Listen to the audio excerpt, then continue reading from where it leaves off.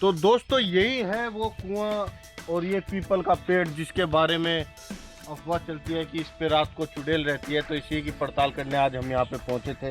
नमस्कार दोस्तों, आशा करता हूँ आप सब अच्छे होंगे। तो दोस्तों आज एक बार फिर मैं आपके साथ हूँ अपनी होंडा हाइनेस को लेकर।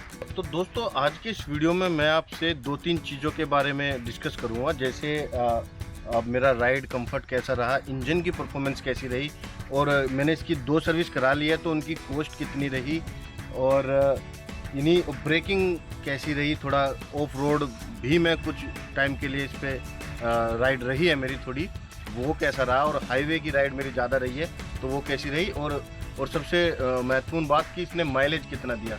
ये सब बातें मैं आपसे डिस्कस करूँगा, तो वीडियो को लास्ट तक जरूर देखना।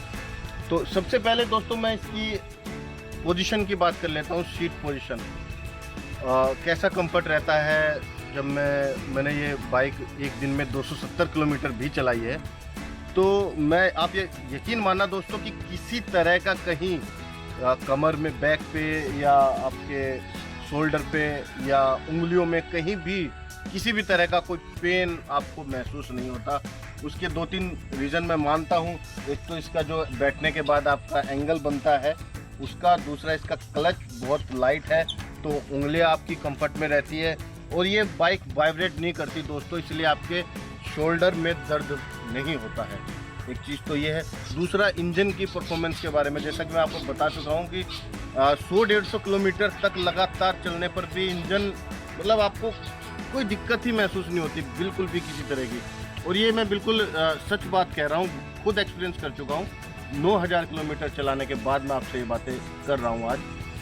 और इसके अलावा ब्रेकिंग बहुत मतलब मुझे तो थोड़ा मैं मतलब कंफर्ट चलने में यकीन करता हूँ, तो ऐसी मुझे इमरजेंसी कहीं पे बहुत ज़्यादा नहीं आई कि अचानक ही बहुत बुरे तरीके से ब्रेक लगाने पड़ गए हों।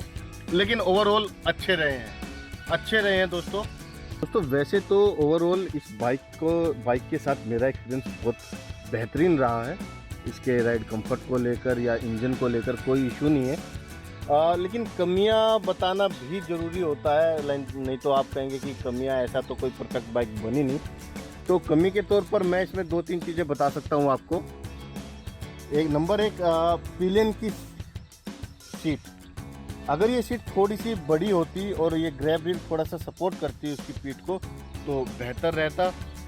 ये इसमें सुधार की बहुत ज़रूरत है और गुंजाइश भी है। इसके अलावा तो कमियां तो भाई साहब इसमें ढूंढनी पड़ती है, वैसे तो इसमें कोई महसूस नहीं होती। एक इसका ये कह सकते हैं कि ये मडगार्ड थोड़ा सा नीचा होना चाहिए था। थोड़ा मडगार्ड नीचा होता तो और अच्छा रहता, क्योंकि थोड़े भी कीचड़ में एक बाइक को गंदी करता है बुरी तरह से। और इसके मिरर मैं कह सकता हूँ कि थोड़े से बाहर की तरफ होते। अब देखो जैसे ये मिरर है, इसमें मुझे कुछ भी दिखाई नहीं दे रहा, तो अगर ये थोड़ा सा बाहर की तरफ होता तो इसमें मुझे कुछ दिख सकता था। दोस्तों एक बात और मैं आपसे बताना चाहूँगा कि इस बाइक में मैंने आफ्टर मार्केट कोई भी पार्ट्स या कोई भी चेंज नहीं कराया कुछ भी, क्योंकि पर्सनली मेरा मानना यह है कि जो बाइक बन के आती है आपकी उस कंपनी के इंजीनियर इसको तैयार करते हैं, तो हर चीज़ इसमें परफेक्ट लगाई जाती है। कुछ लोगों ने मुझे सलाह दी इसका हैंडल चेंज कर लो, तो हो सकता है इसका बैलेंस बिगड़ जाए। अब ये परफेक्ट बैलेंस में रहती है बाइक, कर्व हो या सिटी राइड हो या कुछ भी हो। इसके अलावा मैं आपसे इसके माइलेज के बारे में बताना चाहूँगा। तो अभी आप कपिल आइए, मैं आपको इनका ट्रिप मीटर के जरिए आपको दिखाना चाहूँगा।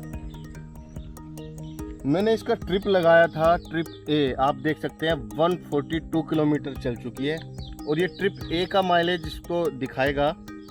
मैं दिखाना चाहूँगा कि ट्रिप ए का माइलेज ये 40 का माइलेज दिखा रहा है, जिसमें सिटी राइड भी शामिल है लगभग 20%। हाईवे राइड भी है, सिटी राइड भी है।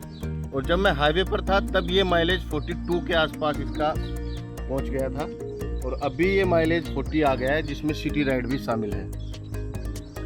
और ये कोई एक दिन की एक बार की बात नहीं है, ये हर बार की मैं आपको बता रहा हूँ कि ये अगर आप अच्छे से चलाएंगे, और चलाने के बारे में भी मैं आपको इसको बता देता हूँ अपने एक्सपीरियंस के आधार पर। आप इसको 90-95 की स्पीड पे चलाएं। ये आपको अगर आप 90-95 की स्पीड पे चल रहे हैं, हाईवे पे हैं, तो आपको ये 41-42 का माइलेज आराम से देगी। सिटी में आप इससे 35 से ऊपर का माइलेज नहीं ले सकते। 32-35 का ये सिटी में माइलेज देती है और हाईवे पे ये 40 प्लस चली जाती है बड़े आराम से। तो माइलेज के मामले में भी ये बिल्कुल परफेक्ट 350 सीसी की बाइक होने के बाद परफेक्ट है। दोस्तों अब मैं बात बताना चाहूँगा इसके बाइक की सर्विसेज को लेकर। सर्विस होने के इसकी 2 सर्विस हो चुकी है और सर्विस को लेकर मेरा एक्सपीरियंस इसके साथ ऐसा रहा है कि कॉस्ट के मामले में तो बिल्कुल नॉर्मल ही है। 1500 रुपये इसके लगते हैं क्योंकि अभी फ्री सर्विस इसकी चल रही है, तो 1500 रुपये इसके लगते हैं। उसमें आपका 2 लीटर इंजन ऑयल आता है फुल्ली सिंथेटिक, और उसके अलावा ये चेन को साफ करने का भी चार्ज बिग विंग शोरूम वाले लेते हैं।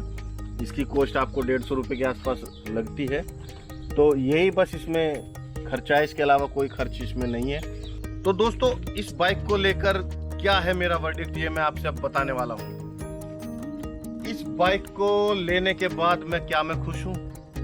हाँ, मैं इस बाइक को लेने के बाद बहुत ज़्यादा खुश हूँ। ये बाइक किन्हें लेनी चाहिए, सबसे पहले ये बता देता हूँ। जो एक कंफर्ट राइड चाहते हैं, दमदार एक बाइक चाहते हैं जो आपको राइड भी बेहतर दे, स्पीड और सिटी राइड, हाईवे राइड सब कुछ अच्छा दे, तो ये बाइक आपके लिए है। किन्हें ये बाइक नहीं लेनी चाहिए? जो है नाम के दीवाने, उनको नहीं लेनी चाहिए। नाम के दीवाने नाम पे जाएं, काम के दीवाने काम पे जाएं। बस यही है मेरा फैसला। तो दोस्तों मिलते हैं आपसे अगले वीडियो में। धन्यवाद।